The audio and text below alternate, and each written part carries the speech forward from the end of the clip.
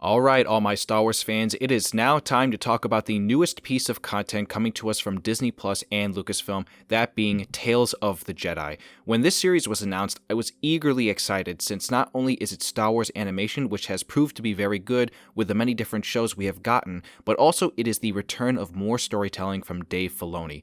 We get 6 episodes following 2 different storylines from the perspective of Count Dooku in his younger years while he was a part of the Jedi Order, and then Ahsoka from when she was a child to her years of training, through the war, and then after the war took place when she was in hiding.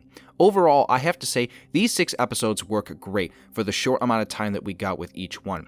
And in some cases, I do like the fact that they were short to give enough background to where it didn't overstay its welcome, especially with that first episode where we follow Ahsoka as a baby.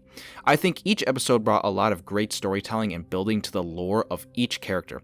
Obviously, we know where each character goes in the end, but these episodes in tandem were just a way to fill in gaps that were never really explored or were only talked about through conversation. I think overall, to talk on her story specifically, I think it was the lesser of the two, but it was still very good. The character of Ahsoka is one that I've come to like very much, even though at times I have found myself getting a little bit too much from her as far as how many different things she's been a part of in Star Wars, from all the shows that she has been, and yet still has not made a movie appearance. Of course, we are getting her own live-action show very soon, which I am looking forward to, so they will only add to her character there in that show, and it might actually be the last time that we ever see her depending on how long it goes for. I think with these 3 episodes, they do a very good job at exploring how she was raised, whether that be from her family or whether that be under the stewardship of Anakin during the war. Of course, like I said earlier, there's not much to really take in here because we knew all these things happened. It's the last episode, I think, that really gave us that insight on where she goes after the war, since that's the lesser of the time periods that we know her from.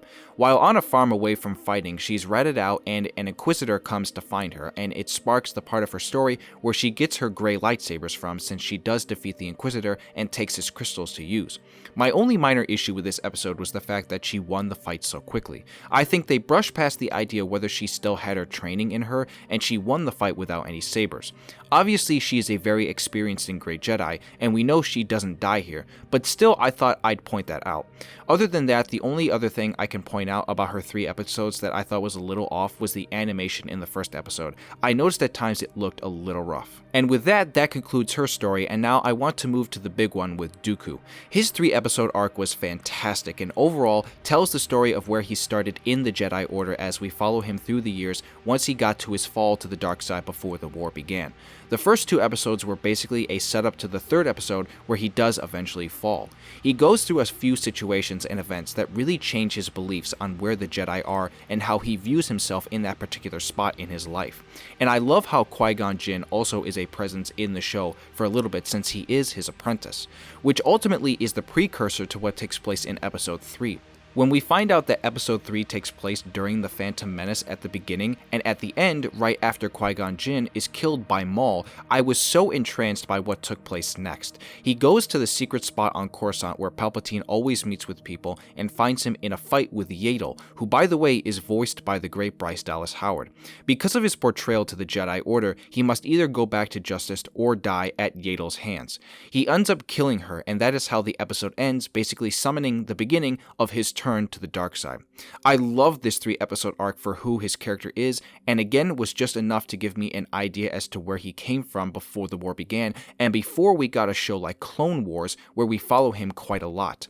And by the way, the one thing I loved so much about all 6 episodes combined was the score from Kevin Costner. It was haunting and chilling in the darker moments and really uplifting in the more joyous ones. This guy needs to do more music than just animated. Other than that, I don't really have much more to say other than to end off the video by saying that again, these 6 episodes were great, and I hope we eventually get more in the future, which I have a feeling they might do.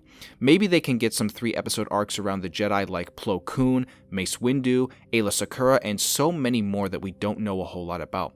As a massive Star Wars fan, I think this was very big and I hope to see more of it in the future.